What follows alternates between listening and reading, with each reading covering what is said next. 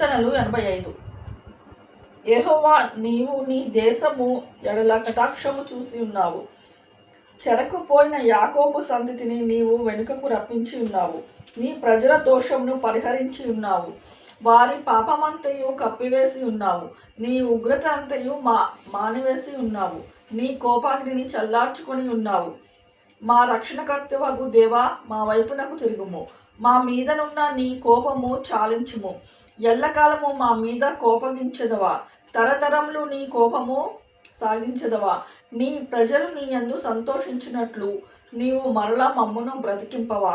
యెహోవా, నీ కృప మాకు కనపరచుము. నీ రక్షణ మాకు దయచేయము.